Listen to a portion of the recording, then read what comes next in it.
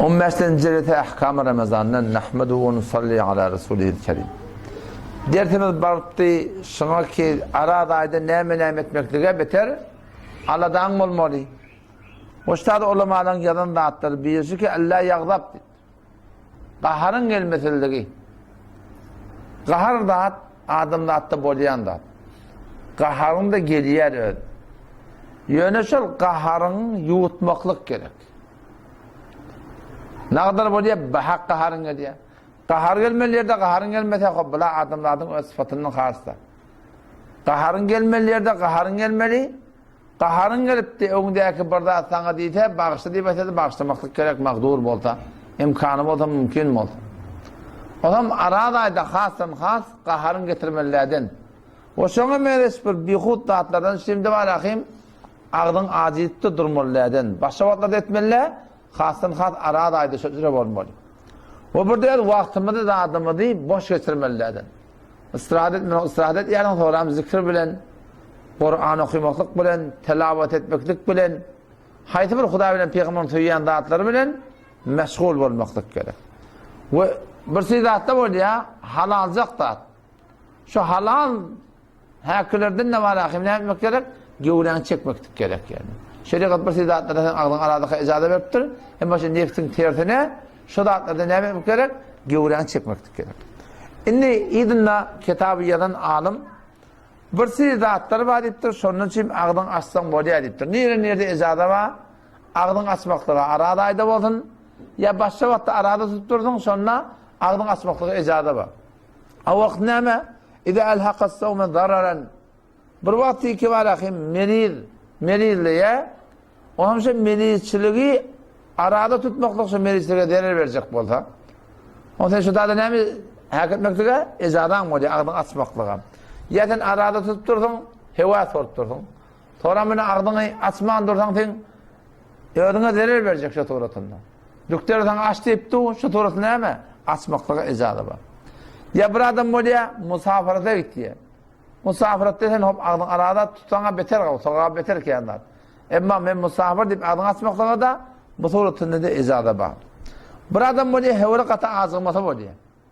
Kata ağzılıptır. Aslında yani öyle ağzık yarak kottu. Şu suretinde öz zanını korksa sonra da ağzını açmakla izade böyle. Şu an oğlulla böyle de kommayın işlerine evde var. Kommayınla katı tutuyorlar, arada tutuyorlar.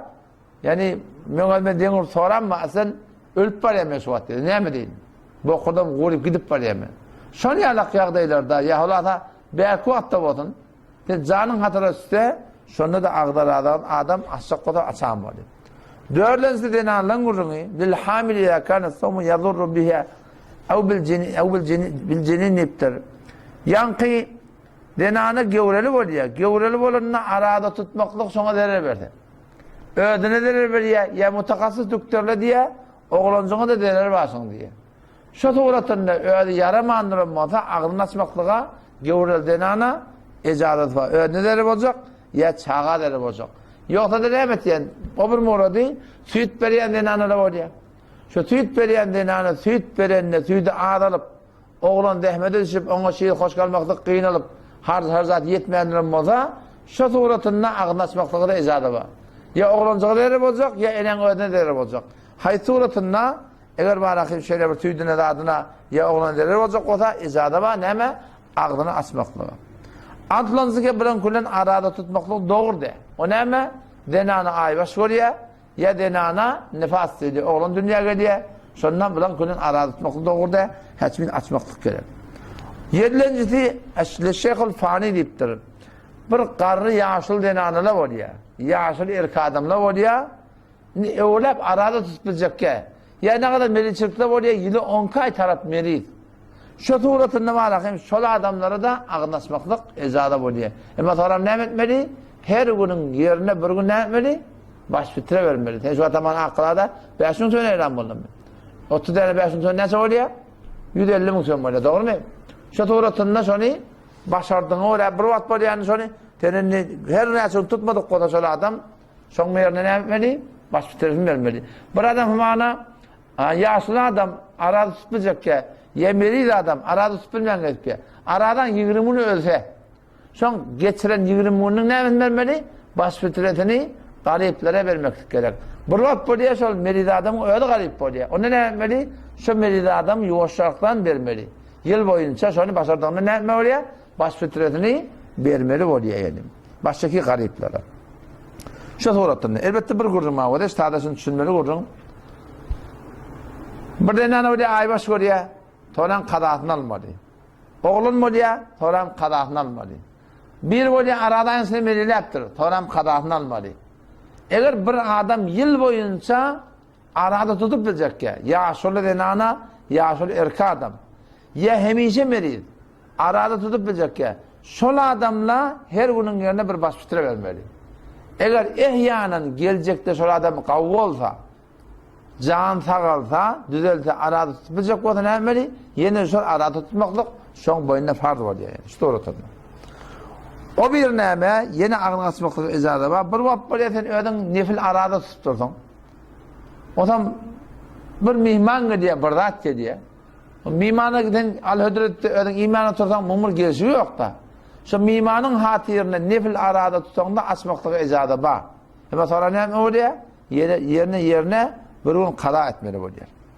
O şatoratında bu taada dokulancım öğretçi ki düşman bilen uğuşak vatan deyip duruyor. Meydan cenge varlığı da adilde. Şu taada da ağın asmaklığa icazı var. Hava. Şatoratında. Ondan sonra neme ki bir adamın son boyuna kada düşüptür. Kada almalı ne? Kada almalı olanla amana denani yediğin aybaş görüptür. Başarı müşkül oluptur biri ağın asıptır. İyiliğin aratı çokla basar ya. Ve cüda çokla basar ya. Hemen 5 günla 5 gün iyiliğin aratı çokla basar ya. Yok hem de ne yapma ya? Cüda çokla bir heftede bir gün tutuyor. İlk hefteden 2 gün tutuyor. Şey deyip yavaş da karanı altan boluyar yani. Yine burada da icazı var. O da ne ama? Nerede köşe tomdan odak kuruyor da. Denanan başında 7 gün arada kalıptır. Bunu çaramlazı kalsa beter kalı. Acarın Hasan gelecek bölde.